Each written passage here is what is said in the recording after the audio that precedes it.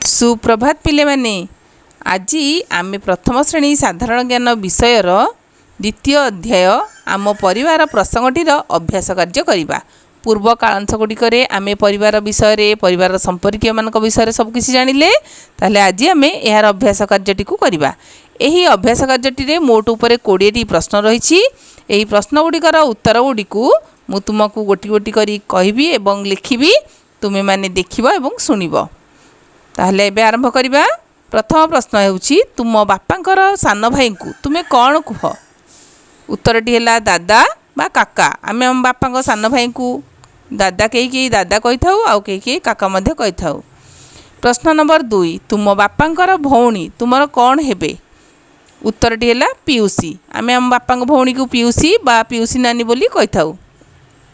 प्रश्न नंबर 3 तुम बापांकर बापा को तुमे कौन कुह।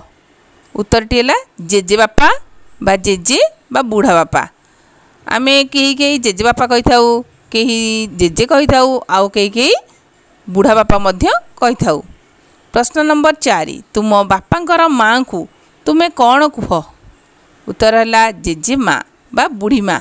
आमे जेजे माँ भी कही था और बुढ़ी माँ बोली भी कही था। प्रश्न नंबर 5 माँकर भौणी को तुमे कौन कुह। उत्तरटी है माउसी। माँ को भौणी को माउसी बोली कही था। प्रश्न नंबर 6 तुम माँ तुम मामूकर कौन हेबे। उत्तर है भौणी। आम माँ मामूकर भौणी हेबे। प्रश्न नंबर 7 तुम कक्कांकर स्त्री तुमर कौन हेबे। उत्तर है खुड़ी। आम कक्का बा दादांकर स्त्री को आम खुड़ी बोली कही था। प्रश्न नंबर 8 तुम बापांकर भाउजों को तुमे कौन कहब।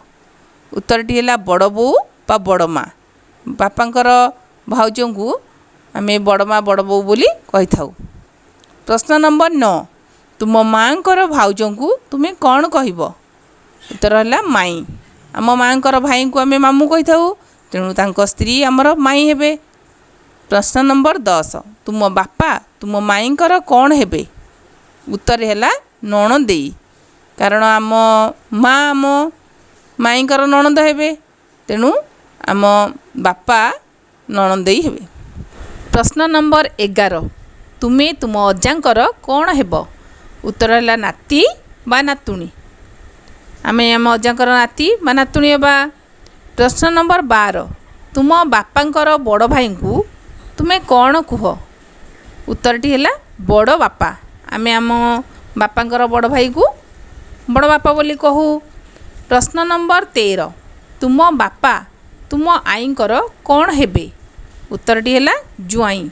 आम बापा आम आईंकर जुई हेबे। प्रश्न नंबर 14 तुम माँकर बापा तुमर कौन हुंती। उत्तरटी है अजा। आम माँ को बापा को आम सब अजा बोली डाके। प्रश्न नंबर 15 तुम माँकर माँ तुमर कौन हुंती। आम माँकर माँ।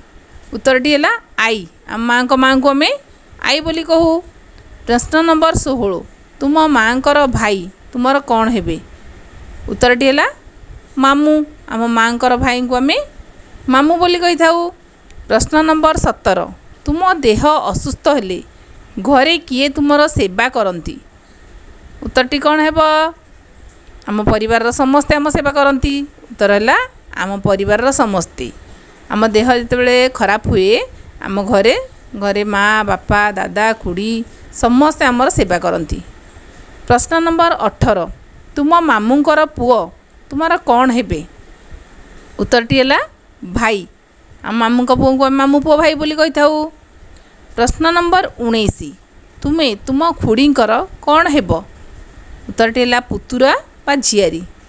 पुओ माने पुतुरा हेबे और झियो माने झियारी हेबे। वर्तमान आमर शेष प्रश्न प्रश्न नंबर 20 तुम माउसींकर स्वामी तुमर कौन हेबे। उत्तरटी है मौसा।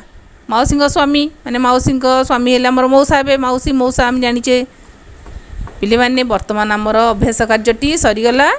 थिरे 20 प्रश्नर उत्तर मु तुम मानू कहली एवं लिखिदेली।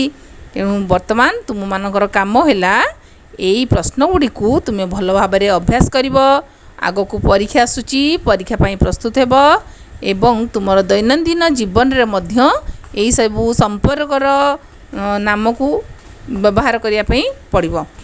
हमर जिते सब तुम परिवार रे जो सदस्य मैंने अच्छा से भिन्न संपर्क डाकिया ये सबूर उपयोग रही एगुड़ तुम्हें कार्य लगेब।